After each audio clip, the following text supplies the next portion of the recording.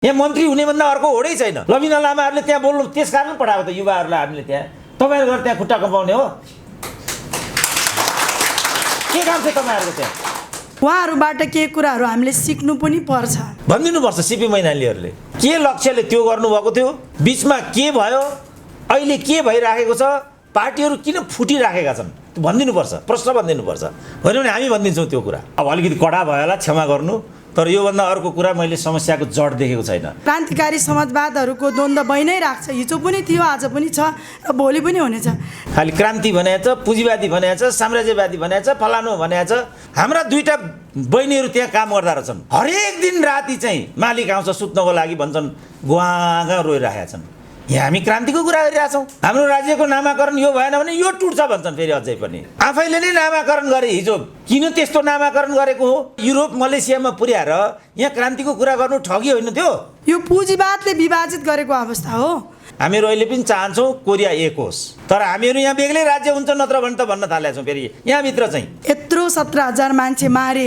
सबैले छोराछोरी अमेरिका राखेर पढाउनु पर्छ अनि यहाँ जनवादी शिक्षाको गुड्डी हाँक्नुपर्छ। त्यो ठुलो पाखण्ड हो क्या यो। मान्छे के चाहन्छ आखिरी? मान्छेभित्र के छ?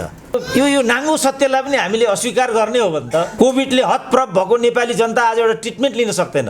हाम्रो माणिकजी सदा झैँ यस प्रयासमा आज पनि जुट्नु भएको छ। यो अवसर जो उपलब्ध गराउनु भयो त्यसको लागि उहाँको सिङ्गो टिमलाई पनि आफ्नो कृतज्ञता जाहेर गर्न चाहन्छु। अहिले केही वक्ताहरूको कुरा पनि मैले सुने। जीवनमा हामी जे भोगिराखेका छौँ त्यो हाम्रो आँखाको अगाडि नै छ। के कारणले यस्तो स्थिति छ भन्ने कुरा सबैभन्दा महत्त्वको जस्तो मलाई लाग्छ। किनभने उपचारमा जानुभन्दा अगाडि के व्यथा हो भन्ने कुरा प्रष्ट हुनु पर्यो। त्यसरी हेर्दाखेरि अहिलेको विश्वमा जुन किसिमको एकल ध्रुवको स्थिति बनेको छ, त्योभन्दा पहिला बहुध्रुवको स्थिति थियो। विश्व व्यवस्था बहुध्रुवमा थियो। दुई ध्रुवको बिचमा कडा प्रतिस्पर्धा भयो, जसलाई शीत युद्ध भन्यौँ हामीले। 90 को दशकमा आएर त्यो दुई ध्रुवीय जो प्रणाली थियो, त्यो दुई ध्रुवीय प्रणाली चाहिँ एकल ध्रुवमा चाहिँ विसर्जित हुन पुग्यो। त्यसको लागि उत्तर यो पूर्वी युरोपका कम्युनिस्ट राज्यहरू र सोभियत सङ्घको अवसान, त्यसपछि यो एकल ध्रुवीय विश्व व्यवस्था उत्पन्न भएको हो। अब यो पुँजीवादले गरेको हो, हाम्रो आफ्नै कारणले भएको हो, मानवीय चाहना र आकाङ्क्षाको कारणले भएको हो, के कारणले भएको हो? यो चिजलाई ठिकसँग हामीले डायग्नोसिस गरेनौँ भने बोल्नुको त्यस्तो अर्थ बन्छ भने जस्तो मलाई लाग्दैन। सबै मानिसहरूमा आज म ज्यादातर विरोधाभास नै देख्छु। सबैलाई पुँजी चाहिन्छ, सबैलाई अङ्ग्रेजी पढ्नुपर्छ, सबैलाई प्राविधिक ज्ञान चाहियो, सबैले छोराछोरी अमेरिका राखेर पढाउनु पर्छ अनि यहाँ जनवादी शिक्षाको गुड्डी हाँक्नुपर्छ। त्यो ठुलो पाखण्ड हो क्या यो। मैले देख्दा यसमा हामीले निर्मम र कडा रूपमा यसको वास्तविकतामा उभिनुपर्छ। हामी के चाहन्छौँ? हाम्रो चाहना के छ? मान्छे के चाहन्छ आखिरी? मान्छेभित्र के छ? किन आज मान्छेमा यो उपभोक्तावाद र भ्रष्टीकरणको दुष्चक्र हो यो प्रविष्ट छ? यसको उत्तर नखोज्दासम्म त्यो रोदन मात्रै होला भने जस्तो मलाई लाग्छ। रोएर केही पनि होला भने जस्तो लाग्दैन। हाम्रा पालामा मान्छेहरू जिउँदा हुन्थे, एउटा कविता सुन्दाखेरि पनि जाँगर आउँथ्यो, हौसला हुन्थ्यो, स्पिरिटले चाहिँ ओतप्रोत भइन्थ्यो र त्यहाँबाट बिदा भएर गइन्थ्यो। तर आजभोलि घुसपेचभन्दा पत्र केही पनि हुँदैन। किनभने उसले थाहा पाइसक्यो कि को के गर्दैछ भन्ने कुरा देखिसक्यो। को किन जनयुद्ध गर्थ्यो, को किन जेल बस्यो, को किन नेल बस्यो, सिपी मैनालीहरूले किन झापाको आन्दोलन गर्नुभयो, त्यो सबै मान्छे अहिले फर्केर हेर्न थाल्यो। त्यसपछि यहाँ भ्रम छ कि क्या हो भन्ने लाग्यो। त्यसपछि मानिसहरू आफ्नो व्यक्तिगत बाटोमा आज लागेका छन्। मैले देख्दा यो तरिकाले चिजलाई हामीले डायग्नोसिस नगर्दासम्म हामी लक्ष्यमा पुग्न सक्दैनौँ। कोरियाली जनताहरूलाई हामीले आफै हेऱ्यौँ, त्यहाँ उहाँहरूले गरेको त्याग बलिदान त्यसलाई हामीले हेऱ्यौँ, सबै कुरा त्यहाँको परिवेश पनि हेऱ्यौँ। त्यहाँका कति समस्याहरूको बारेमा त हामी अहिले पनि अनभिज्ञ हौँला, जसको प्रचार प्रसार आफ्नै प्रकारले देश बाहिर पनि भएको छ। हामीले हाम्रै देशको कुरा गर्दाखेरि पूर्ववर्ती निरङ्कुश सरकारले खोलेका एक उद्योग कल कारखानाहरू बन्द भए, ट्रली बस बन्द भयो, भ्रिकुटी कागज कारखाना बन्द भयो, हरिसिद्धि इँटा टाइल कारखाना बन्द भयो, गोरखकाली रबर उद्योग बन्द भयो। लाखौँ मान्छेले त्यहाँबाट रोजगारी पाएका थिए। रोजिन एन्ड टर्पन्टाइन बन्द भयो, सर्वत्र चाहिँ औद्योगिक प्रतिष्ठानहरू थिए। यो नाङ्गो सत्यलाई पनि हामीले अस्वीकार गर्ने हो भने त ट्रली बसलाई मास्ने होइन नि, ट्रली बसलाई विस्तारित गरेर मेट्रो पो बनाउनु पर्ने त। हरिसिद्धि इँटा टाइल कारखानालाई बन्द गर्ने होइन नि, नेपाली प्रविधिमा आफ्नै प्रकारको कारखाना पो बनाउनु पर्ने त। भ्रिकुटी कागज कारखाना बन्द गर्ने होइन नि त, अलि पारिपट्टि गएर अर्को कारखाना पो बनाउनु पर्ने त। अब यो केही मान्दैनौँ हामी।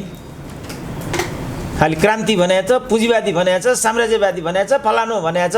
त्यसबाट कसरी लक्ष्यमा पुग्न सकिन्छ? यो त मिसलिडिङ हो कम्युनिटीलाई, अहिलेको पिँढीलाई दिग्भ्रम गराउने कुरा हो यो। भनिदिनुपर्छ सिपी मैनालीहरूले के लक्ष्यले त्यो गर्नुभएको थियो, बिचमा के भयो, अहिले के भइराखेको छ, पार्टीहरू किन फुटिराखेका छन्, त्यो भनिदिनुपर्छ, प्रश्न भनिदिनुपर्छ। होइन भने हामी भनिदिन्छौँ त्यो कुरा। हामीहरूले भन्यो भने उहाँहरूलाई त्यो राम्रो नलाग्ने, उहाँहरू आफै त्यो कुरा ज्यान गए नभन्ने। पदको कुरा छ, भ्रष्टीकरणको कुरा छ, अवसरको कुरा छ, किन छ त? किन मान्छे त्यो चाहन्छ? त्यसमा त प्रष्ट हुनु पर्यो नि। त्यो नभइकन शक्ति निर्माण गर्न सकिँदैन। कोभिडले हतप्रभ भएको नेपाली जनता आज एउटा ट्रिटमेन्ट लिन सक्दैन। दिदीबहिनीहरूको सुत्केरीको व्यवस्थापन छैन। भर्खरै म झापाको भ्रमणमा निस्किएको थिएँ, कङ्काई नगरपालिकामा पुगेँ म। त्यहाँ पुग्दाखेरि साथीहरू के भन्थे भने त्यहाँ कङ्काई नगरपालिकाको सवारी साधनहरूको पेट्रोलियम खर्च मात्रै वर्षको 1 करोड जाँदो रहेछ। त्यहाँ छक्क पर्थे मान्छेहरू। त्यहाँ मन्त्रालय जस्तो चाहिँ नगरपालिका छ, त्यहाँ उपसचिवसम्मको कर्मचारी हुन्छ, त्यहाँ अरू संरचना त त्यहाँ हुन्छन् नै हुन्छन्। कसरी धान्ने त्यो सक्ला? अब अहिले आएर हामीले, मैले त्यो कुरा अन्त पनि भनिसकेँ। संसारमा 250 भन्दा बढीमा 325 भन्दा बढी भिआइपी भन्ने हुँदै हुँदो रहेछ। यहाँ 4800 भिआइपी छ। तलदेखि माथिसम्म गर्दाखेरि 1100 ठुल्ठुला महँगा पदहरू छन्। एउटा मन्त्रीलाई खर्च व्यवस्थापन गर्नु पर्यो भने वार्षिक 1 करोडको खर्च जाँदो रहेछ। यहाँ मन्त्री हुने भन्दा अर्को होडै छैन। लबिना लामाहरूले त्यहाँ बोल्नु, त्यस कारण पठाएको त युवाहरूलाई हामीले त्यहाँ। तपाईँहरू गएर त्यहाँ खुट्टा कमाउने हो? के काम छ तपाईँहरूको त्यहाँ? त्यहाँ गएर मुखर भन्नु पर्यो युवा के चाहन्छ, के चाहना छ आज युवाहरूको, समस्या के हो। त्यसकारण सांसदहरूको सङ्ख्या झार्नु पर्यो, मन्त्रीहरूको सङ्ख्या काट्नु पर्यो। राजदूतावासहरू 28-38 भन्दा 32 भन्दा बढी छन्, त्यसलाई घटाएर 16 मा ल्याउनु पर्यो। त्यो नगर्ने भने नेपालीहरू अब भोकभोकै मर्नेवाला छन्। मैले लेख्दा यो अहिलेको तात्कालिक आवश्यकता यही क्रान्ति हो 21औं शताब्दीको। त्यसपछि अरू क्रान्तिको कुरा गरौँला। पहिला अलिकति पेटमा त के हाल्नु पर्यो होला नि त। मलाई यहाँ भोक लागिसक्यो, बोल्नै नसक्ने म भइसकेँ। अलिकति पेटमा हाल्नु पर्यो होला नि त क्यालोरी। जनता बेरोजगार छ। त्यति बेला जम्मा 6000 मान्छेहरू वैदेशिक रोजगारीमा जान्थे पञ्चायतको अन्तिम दिन 40-47 मा। अहिले त्यो सङ्ख्या सरकारी आँकडा अनुसार पनि 62 लाख पुग्यो। निजी क्षेत्रले त्यो सङ्ख्या 82 लाख पुगेको भनेको छ। छोराछोरीलाई कोरियादेखि, साउथ कोरियादेखि अफ्रिका र युरोप मलेसियामा पुर्याएर यहाँ क्रान्तिको कुरा गर्नु ठगी होइन त्यो। यहीँभित्र छोराछोरीले काम गर्ने मौका। दिदी हेर, मैले हिजो 2टा महिलाको देखेको, इजरायलको, नट इजरायल, कुवेत, त्यस्तो सम्पन्न मुलुकको त्यो अवस्था देख्दाखेरि हाम्रा 2टा बहिनीहरू त्यहाँ काम गर्दा रहेछन्। हरेक दिन राति चाहिँ मालिक आउँछ सुत्नको लागि भन्छन्, गुवागा रोइरहेका छन्। यहाँ हामी क्रान्तिको कुरा गरिरहेछौँ। दिदीबहिनीलाई बजारमा पठाएर कसरी क्रान्ति हुन्छ त्यो? अब अलिकति कडा भयो होला, क्षमा गर्नु। तर योभन्दा अर्को कुरा मैले समस्याको जड देखेको छैन। यसलाई हामी जबसम्म डायग्नोसिस गर्दैनौँ तबसम्म हामी कहीँ पनि पुग्दैनौँ। कोरियाली जनताहरूको सफलतामा हाम्रो साथ त सधैँ छ। हामीहरू अहिले पनि चाहन्छौँ कोरिया एक होस्, तर हामीहरू यहाँ बेग्लै राज्य हुन्छ नत्र भने त भन्न थालेका छौँ। फेरि यहाँभित्र चाहिँ अन्त समस्या त आन्तरिक हो नि। हाम्रो राज्यको नामाकरण यो भएन भने यो टुट्छ भन्छन्। फेरि अझै पनि आफैले नै नामाकरण गरे। हिजो किन त्यस्तो नामाकरण गरेको हो त? अब अर्कालाई एकताको लागि आह्वान गर्ने, अर्काको क्रान्तिमा गौरवी गर्ने, अनि आफै चाहिँ भ्रान्तिमा बाँच्ने हो भनेदेखि त्यो शुभकामनाको के अर्थ हुन्छ? अर्थ हुँदैन। त्यसकारण निष्ठामा उभियौँ, समस्यालाई ठिकसँग डायग्नोसिस गरौँ र गन्तव्यमा पुग्ने प्रतिबद्धता जाहेर गरौँ। फेरि एकपल्ट कोरियाली जनताहरूको पुनर्एकीकरण र त्यस क्रान्तिको सफलताको कामना गरेर म आफ्नो छोटो भनाइलाई यहाँ अन्त्य गर्न चाहन्छु। धन्यवाद। अब म पनि कोरियामा गएर त्यहाँको विषयमा केही कुराहरू सिक्ने र बुझ्ने अध्ययन गर्ने अवसर प्राप्त भएँ। त्यो बेला मैले के सिकेँ भने सङ्गठन पोलिसी भनेको चाहिँ आज अघि प्रमुख अतिथिले भने जस्तै हिजो मार्क्सवाद थियो, हिजो लेनिनवाद थियो, अब हिजो मालेमावाद थियो। आफ्नो पार्टीको आफ्नो चाहिँ विचारधारा हुन्छ नै। अब आज नेकपा एमालेको जनताको बहुदलीय जनवाद छ, नेपाली काङ्ग्रेसको बिबीको समाजवाद छ। विशेष गरी यहाँ आउनुभएका प्रमुख अतिथि लगायतका सबै अतिथिहरूले पनि भनिसक्नुभयो आफ्नो पार्टीको विचार छ। विचारबाट शून्य कोही हुँदैनन्, कुनै मानव हुँदैनन्। त्यसो भएको हुनाले कोरियाको चाहिँ सङ्गठन पोलिसी भनेको एउटा विचार, किम इल सुङले प्रतिपादित गरेको एउटा विचार छ। त्यो विचारले चाहिँ जहाँ कोरियाली जनताले चाहिँ त्यो मुक्ति पनि प्राप्त भए, त्यो विचारको एउटा सफलता पनि उहाँहरूले प्राप्त गरिसक्नुभयो। त्यसो भएको हुनाले आज उहाँहरूले जुन विचारलाई संसारभरिका कम्युनिस्टहरूले अघि कमरेड हस्तबहादुर केसीले भन्नुभएको जस्तै उहाँहरूबाट केही कुराहरू हामीले सिक्नु पनि पर्छ। आज उहाँहरूको कुरा सिक्ने कुरा गरिरहँदाखेरि, उहाँहरूको विचारको प्रशंसा गरिरहँदाखेरि पुँजीवादी शक्तिहरू, जो साम्राज्यवादी शक्तिहरू, विस्तारवादी शक्तिहरूले त्यसको बारेमा केही कुराहरू खण्डन र हामीलाई आलोचना गर्ने होला, त्यसमा कुनै हामीलाई मतलब पनि भएन। त्यसको बारेमा हामीले सरोकार राख्ने कुरो पनि भएन। त्यो स्वाभाविक पनि हो। जहाँ पनि पुँजीवाद र समाजवाद, क्रान्तिकारी समाजवादहरूको द्वन्द्व भइ नै राख्छ। हिजो पनि थियो, आज पनि छ र भोलि पनि हुनेछ। त्यसकारण क्रान्तिकारी शक्तिहरू एक भएर अगाडि बढ्नुपर्छ भन्ने कुराको चाहिँ आज क्रान्तिकारीहरूले बुझेको छ कि छैन भन्ने कुराको प्रश्न र यो कुराको एउटा सान्दर्भिकता चाहिँ हुन्छ जस्तो मलाई लाग्छ। किनभने संसारभरिका क्रान्तिकारीहरू आज टुक्रा टुक्रा भइसकेको अवस्था छ। संसारभरिका क्रान्तिकारी शक्ति, मजदुर, किसान, जुन सर्वहारा वर्गका शक्तिहरू आज विभाजित अवस्थामा रहेको छ। यो पुँजीवादले विभाजित गरेको अवस्था हो। त्यसकारण पुँजीवाद हाम्रो प्रधान शत्रुको हो भन्ने कुरामा आज क्रान्तिकारी शक्तिहरूले, देशभक्ति शक्तिहरूले राम्रोसँग बुझेको छ। यद्यपि हामीले त्यो शक्ति एकजुट नहुनु भनेको हामी बिचको एउटा विडम्बना हो र हामी बिचको एउटा क्रान्तिकारी स्लोगन हो। त्यसो भएको हुनाले हामीले क्रान्तिकारी नाम मात्र बन्ने कि व्यवहारमा बन्ने भन्ने कुराको पनि एउटा यो कार्यक्रम मार्फत सुरेन्द्र सर, अब यहाँ चाहिँ विशिष्ट अतिथि हुनुहुन्छ, हामी सबैको आदरणीय व्यक्तित्व सिबी मैनाली सर, हस्तबहादुर सरहरू, हाम्रै बाले जुन खालको चाहिँ विभिन्न बेला चाहिँ यो विचारको चाहिँ बहस गरेको छ, यो विचारले चाहिँ अझै अलिकति बृहत होस्, यसको सान्दर्भिकता अझै बढ्दै जाओस् भन्ने कुराको म शुभकामना पनि दिन चाहन्छु।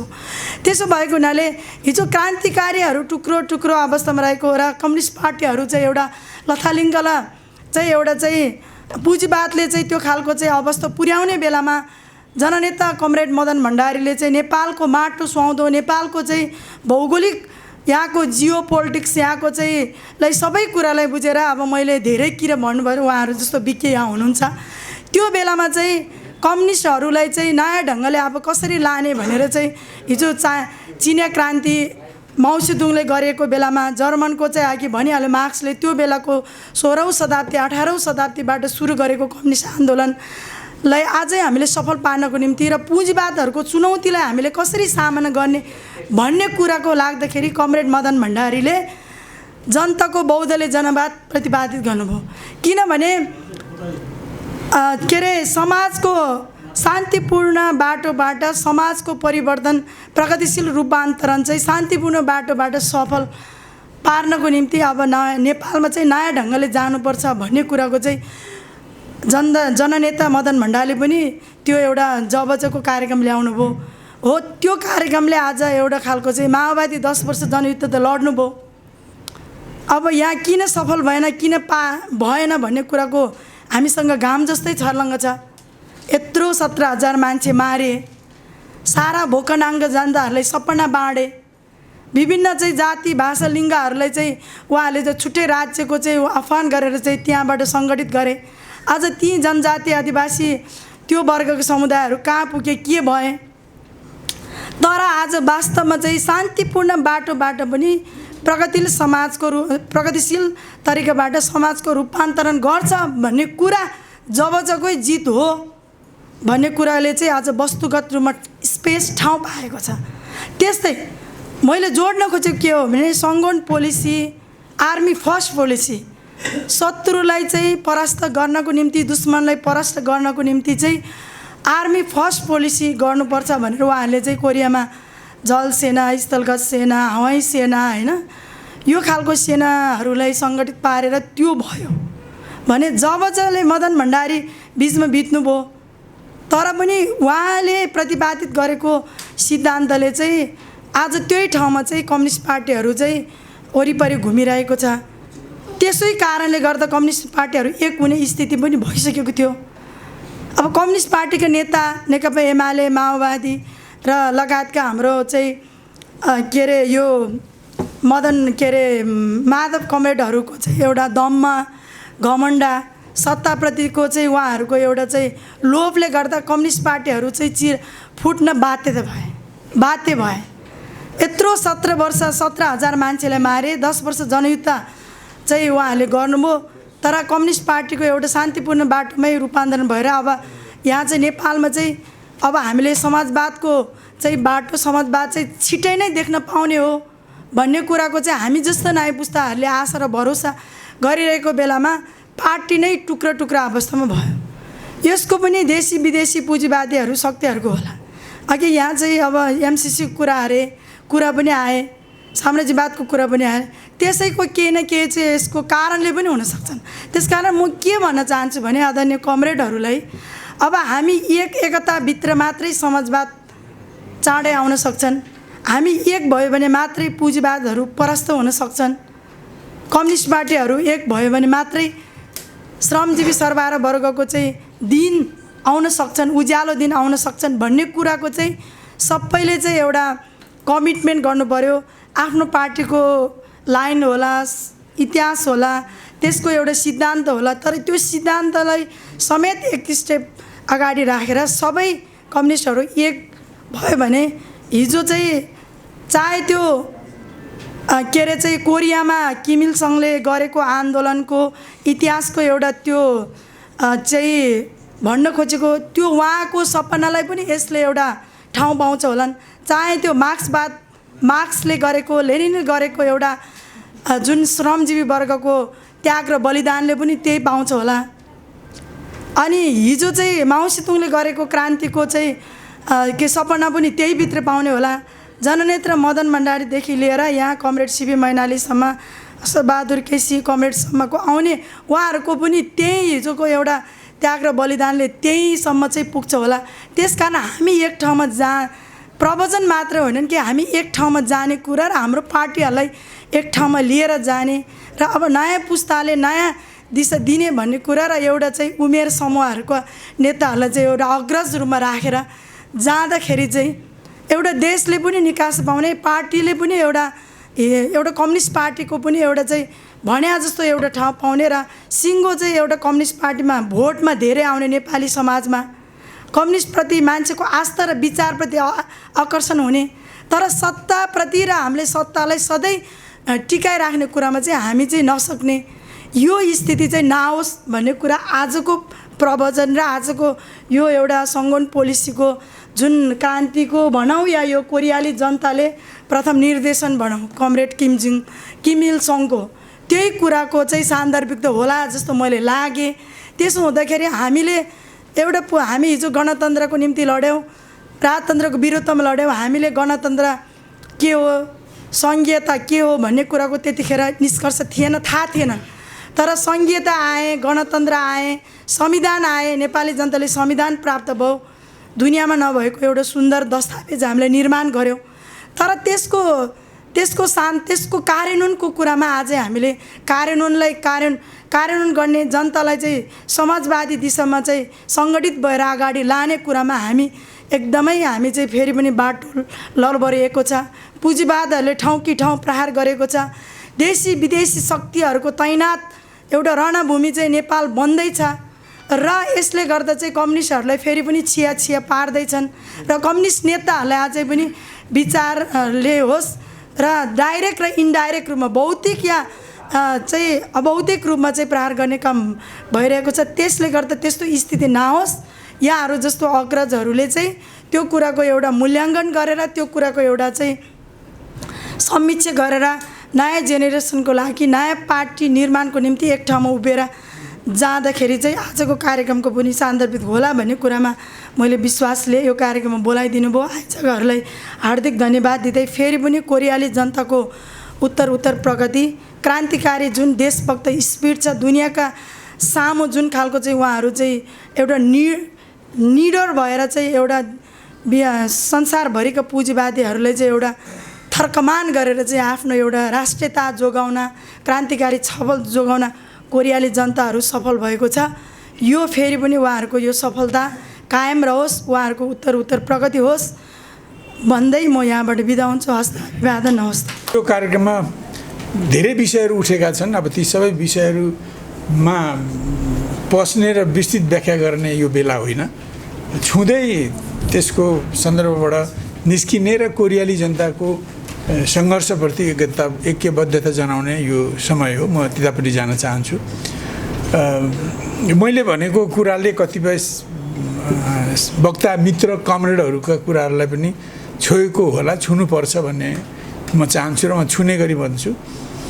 कोरियामा अब हाम्रो जस्तै पुरानो मुलुक हो होइन, त्यहाँ एउटै जाति रहेको कोरियाली मात्रै जाति भएको मुलुक हो। 5000 वर्षभन्दा लामो इतिहास, स्वतन्त्रताको इतिहास भएको मुलुक हो। र पछिल्लोचोटि 1907 अथवा यो 20औं शताब्दीको सुरुमा जापानले त्यसलाई उपनिवेश बनाउन थाल्यो र औपचारिक ढङ्गले 1910 मा त्यो उपनिवेश भयो। त्यसको विरुद्धमा त्यहाँका धेरै मान्छेले लडे। राष्ट्रवादीहरूले पनि स्वतन्त्रताको निम्ति लडे, अरू कयौँ स्वतन्त्र मानिसहरूले पनि त्यसको विरुद्धमा लडे। पछि अब सोभियत सङ्घको क्रान्ति पश्चात 1917 पश्चात कोरियाको राष्ट्रिय आन्दोलनमा अब यो सर्वहारा वर्गको समाजवादी आन्दोलनको प्रभाव पनि पर्यो र त्यसपछि त्यो एउटा राष्ट्रिय मुक्ति आन्दोलनमा रूपान्तरित भयो। र त्यो गर्ने क्रममा 1925 मा त्यहाँ पनि कम्युनिस्ट पार्टी बन्यो।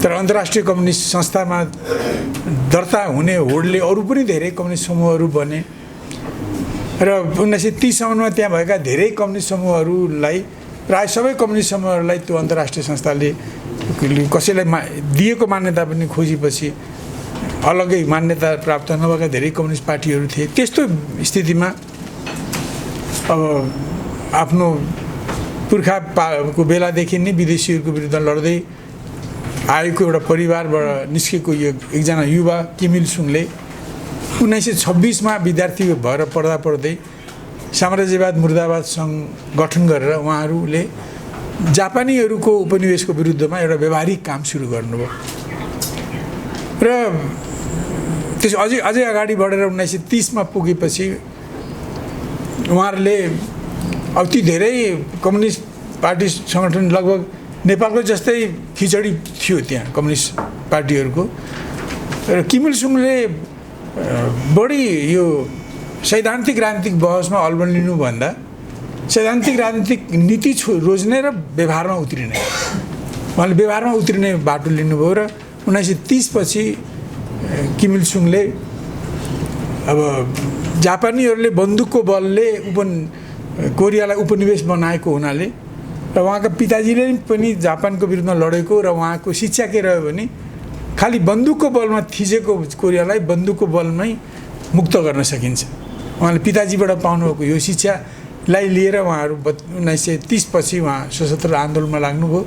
र त्यो आन्दोलनमा लाग्ने क्रममा त्यहाँ धेरै कुराहरू थिए। कसरी जितिएला, हामीले अरू मुलुकले साथ दिन्छन् कि दिएनन् भने कसरी जित्ने, जापान जस्तो ठुलो शक्तिशाली मुलुकले हमला गरिरहेको छ भन्ने चर्चा भइरहेको र भ्रम चलिरहेको बेलामा किम इल सुङले 1933-32 तिर त्यहाँका राष्ट्रवादी जापान विरोधीहरू र वामपन्थी जापान विरोधीहरू कार्यकर्ताहरूको एउटा सम्मेलनमा भन्नुभयो कि हामीले लडेर मात्रै शक्तिले स्थापित भएको पराधीनतालाई शक्तिको बलमा मात्रै समाप्त गर्न सकिन्छ र जनता नै शक्तिको अजस्र स्रोत हो। जनतामाथि भर विश्वास पर्दै यो जापानको आधिपत्यलाई समाप्त गर्ने कामलाई अघि बढाउन सकिन्छ भन्ने जो विचार उहाँले व्यक्त गर्नुभयो जापान विरोधी कार्यकर्ताहरूको बिचमा, त्यो विचार नै कोरियाली क्रान्तिको सिद्धान्तको अब यो भनौँ न जुचे विचारधाराको गुदी कुरा हो। आफूमाथि विश्वास गरेर, क्रान्तिमा जनतामाथि विश्वास गरेर निम यसलाई अगाडि बढाउन सकिन्छ र त्यसका सारा समस्याहरूलाई जनतामाथिको विश्वासले, आफूमाथिको विश्वासले हल गर्न सकिन्छ भन्ने मुख्य कुरालाई उहाँले जोड दिनुभयो। र कम्युनिस्ट आन्दोलन त्यहाँ पनि धेरै समूहहरू भए पनि ती आन्दोलनका बहस विवादमा फस्नुभन्दा आफ्नै बल बुद्धि र सङ्गठनबाट जापान विरोधी छापेमार आन्दोलनलाई अगाडि बढाउँदै लाने क्रममा 1945 को अगस्तमा जापान पराजित पनि भयो।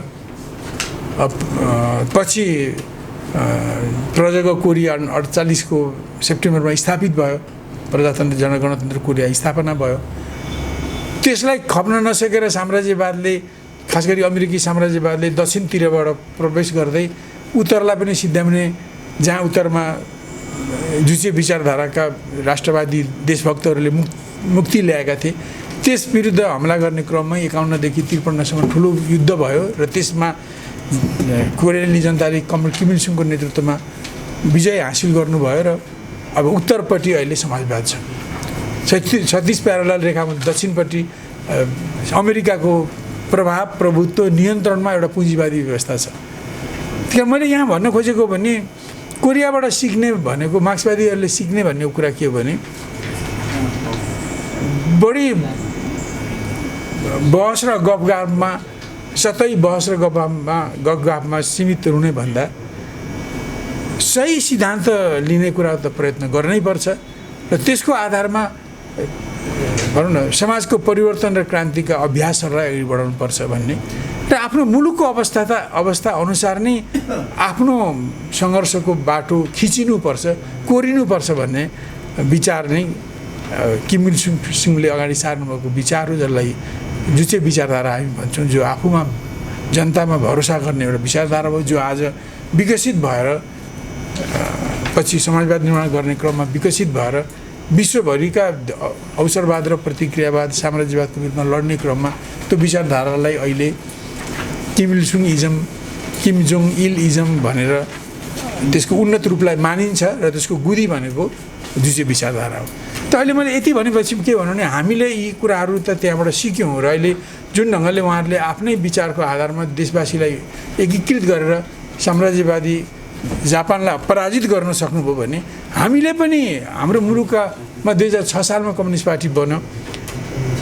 कमरेड पुष्पलाल त्यसको अगुवा हुनुभयो, जसको पछि मनमोहन र समुरामहरूले नयाँ जनवादी क्रान्तिको दिशामा अगाडि बढेर उहाँले काम गर्नुभयो, नेतृत्व दिनुभयो र हामी अहिले कम्युनिस्ट आन्दोलन नेपालमा सुरु भएको 74 वर्ष पुगिसकेको छ। 74 वर्षमा हामीले लड्यौँ, सफलता पनि पायौँ, असफलता पनि पायौँ र हामीले त्यो कुराको अहिले समीक्षा गर्ने बेला आएको छ र हामीले हाम्रो अग्रजहरूले जे राम्रो कुरो दिनुभयो त्यसलाई कार्यान्वयन गरेर हामीले धेरै सफलता पनि, अनेकौँ सफलता पनि पायौँ। तर उहाँले आफ्नो समयमा जे गर्न सक्नु भएन र हामीले गर्नुपर्थ्यो। हामीले गर्ने कुरामा ढङ्ग पुर्याएर गर्न नसकेकोले गर्दा धेरै असफलताहरू, धेरै हन्डर ठक्करहरू हामीले खानु परेको छ। त्यही अहिले मैले के भन्छु भने चाहे हामी दर्जन के 1.5 दर्जनभन्दा बढी कम्युनिस्ट समूहहरू छन्, त्यसमध्येमा आधाभन्दा बढी त नेकपा माओवादी फुटेर बनेका सङ्गठन छन् बढी, अरू आधा चाहिँ पहिलेदेखि बन्दै आएका विभिन्न कम्युनिस्ट सङ्गठन छन्। यस अवस्थामा अब मैले त्यो आन्दोलनको एउटा भन्नु न पुरानै भन्नु पऱ्यो, म 26-27 सालदेखि त्यसमा इन्भल्भ छु। नेताको हिसाबले म के भन्छु भने जति पनि देशमा कम्युनिस्टहरू छन्, साना ठुला, सत्तामा भएका बाहिर भएका, तिनका नेताहरूले सँगै बसेर छलफल गर्नु आवश्यक छ। हामीले के कुरा ठिक गऱ्यौँ, के कुरा बेठिक भयो होइन, के कुराले कति फाइदा भयो र के कुराले के नोक्सान भयो। हाम्रो क्रान्ति भनेको राष्ट्रिय र जनवादी क्रान्ति हो।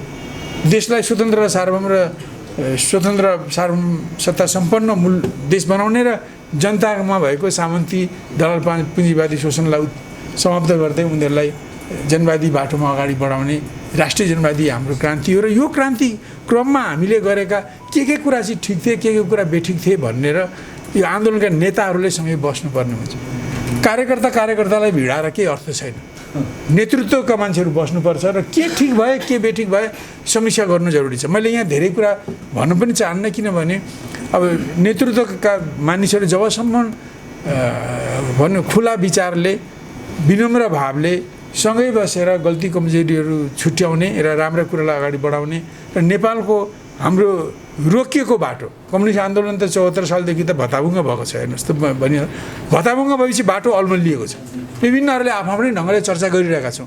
त्यो यसरी बातचित गरेर हामीले विगतमा गरेका राम्रा कुराहरूलाई अगाडि बढाउने र कमजोरीलाई सच्याउने र अब अगाडि बढ्ने बाटोलाई सुनिश्चित गर्ने अहिलेको अवस्थाको कुरा हो। त्यसकारण मैले यतिमै यो कुरालाई टुङ्ग्याएँ र मैले यति भने कि हामीले विगत कालमा हामीले हाम्रो क्रान्तिको बाटो ठिक ढङ्गले नपैल्याएको हुनाले हरेक परिवर्तनपछि हामीले जनताको जीवन स्तरमा परिवर्तन ल्याउने किसिमको तात्कालिक कार्यक्रम बनाएर नलडेको कारणले व्यवस्था त पटक पटक परिवर्तन भए तर अवस्था परिवर्तन नभएको अहिलेको स्थिति हो। त यसबाट शिक्षा लिएर हामीले अगाडि जानुपर्ने हुन्छ। यति म भन्न चाहन्छु। र यदि कोरियाली क्रान्तिबाट हामी सिक्छौँ भने यो स्पिरिट सिक्नु पर्यो। मार्क्सवादलाई आफ्नो मुलुकको अवस्था अनुसार लागू गर्ने स्पिरिट नै कोरियाली क्रान्तिको विजयको आधार हो। त्यस्तै विजयको आधार भनेको हामीले हाम्रो मुलुकको आन्दोलनलाई, यहाँको श्रमजीवी जनताको आन्दोलन, यहाँको राष्ट्रवादी सेक्सनको आन्दोलन, यहाँको देशभक्तहरूको आन्दोलन अघि लैजाने सिद्धान्तलाई सही ढङ्गले निरूपण गर्ने बेला ढिलो भइसकेको छ। त्यसै कारण यसचोटि हामीले भन्यौँ कि यो चुनावको अगाडि सबै लेफ्टहरू हिजोका गल्ती कमजोरीहरू तिक्तताहरूलाई माथि उठेर चुनाव लड्नेहरूले एउटा सहकार्य गर्नुहोस्। अब त्यस्तो हुँदैन भने प्रमुख प्रतिपक्षमा रहेकोले पनि अरू मिल्न सक्ने जति साथीलाई लिएर एउटा सहकार्य गरेर अगाडि बढोस्। अब यसरी पनि हुँदैन भने यो आन्दोलन झन् चौपट आफू नै जुधेर यसले धेरै झन् 100 ठक्कर खाने दिनहरू अगाडि आउँछ। यस्तो स्थितिमा चुनावलाई प्रयोग गर्दै अगाडि जाने हुन् र चुनावलाई प्रयोग नगरिकन अगाडि जाने दुई धारका नेताहरूले पनि सँगै बसेर हाम्रो वास्तविकता के हो भन्ने कुरालाई खुट्याउनु बहुत जरुरी छ। यो कुरा हामीले गर्न सकौँ। आखिरमा के भन्छु भने यसरी आफ्नो मुलुकमा आफ्नै ढङ्गले मार्क्सवादलाई प्रयोग गरेर विजय हासिल गरेको कोरियाले अब आफ्नो एउटा बडो असाधारण र बडो बुद्धिमान र कोरियामुखी नेता किम इल सुङलाई जन्मायो। वर्कर्स पार्टी अफ कोरियालाई जन्मायो। त्यसका नेताहरू एकपछि अर्का सुयोग्य नेताहरू आए। कमरेड किम जोङ इल, कमरेड मार्शल किम जोङ उन, जो उहाँको नेतृत्वमा यो आन्दोलन अघि बढिरहेको छ। उहाँहरू पार्टी एकताबद्ध छ, पार्टी सेना जनता एकताबद्ध छन् र उनीहरूले आफ्नो वैरीको विरोधमा उनीहरूले सुदृढ एकता कायम गरेर देशलाई एकीकरण र जुचे समाजवादको दिशामा अगाडि बढाइरहेका छन्। र आज यस घडीमा जबकि 1960 किम जोङ इलले नेता किम इल सुङले जुन शक्तिको बलमा जापानलाई पराजित गर्ने जुन बाटो हिँड्नुभएको थियो, त्यसलाई 1960 देखि एउटा आफ्नो जनताको सैन्य शक्तिलाई, जनसेनाको शक्तिलाई सुदृढ गर्दै मात्रै हामीले आफ्नो उपलब्धिलाई जोगाउन सक्छौँ भन्ने शिक्षा दिएको सन्दर्भमा आजको यो समारोह आयोजना भएको छ। त्यही बाटो जसलाई पछि भनौँ न यसलाई सङ्गुन पोलिसी पनि भनियो, त्यो सङ्गुन पोलिसीकै कारणले गर्दा डिपिआरकेले आज दैत्य जस्तो साम्राज्यवादी शक्तिबाट आफ्नो प्रतिरक्षा गर्न सफल भएको छ र विश्व साम्राज्यवाद विरोधी एउटा सशक्त किल्लाको रूपमा उभिएको छ। यो ठिकै हो कि केही समय अघि हस्तबहादुरले पनि भन्नुभयो कि अघोषित ढङ्गले नै विश्वमा साम्राज्यवादको विरुद्धमा एउटा मोर्चा बनिरहेको छ। त्यसलाई घोषित ढङ्गले त्यो मोर्चालाई सफलीभूत पार्नको निम्ति यो पिँढीका साम्राज्यवाद विरोधीहरूले काम गर्नुपर्छ भन्ने म राख्न चाहन्छु। र यस अवसरमा कोरियाली जनताले जुन एकीकरणको निम्ति स्वतन्त्र, शान्तिपूर्वक र बिना बाह्य हस्तक्षेप कोरियाली जनताको एकताको आधारमा एकीकरणको अभियानलाई अघि बढाउनु भएको छ। यी दुईटै अभियानहरू, जुचे समाजवाद निर्माण गर्ने अभियान र स्वतन्त्रतापूर्वक बिना बाह्य हस्तक्षेप कोरियाली जनताको एकतामा आधारित भएर गरिने पिसफुल एकीकरणको यी दुईटै काममा कोरियाली जनतालाई धेरै धेरै सफलता मिलोस्। त्यसका नेता अहिले मार्शल किम जोङ उन, त्यसको नेतृत्वदायी party workers party of Korea, त्यसको मुख्य आधार कोरियाली जनसेना र कोरियाली जनता एकताबद्ध भएर यो सफलता हासिल गर्न सकुन् भन्ने कामना गर्न चाहन्छु। र नेपाल कोरियाको सम्बन्ध स्थापना भएदेखि नै सम्बन्ध राम्रो छ। आए दिन पश्चिमा शक्तिहरूको हस्तक्षेपले गर्दा नेपाल कोरियामा सम्बन्धमा पनि केही धाँजाहरू, केही तुषारा पातहरू भएका छन्।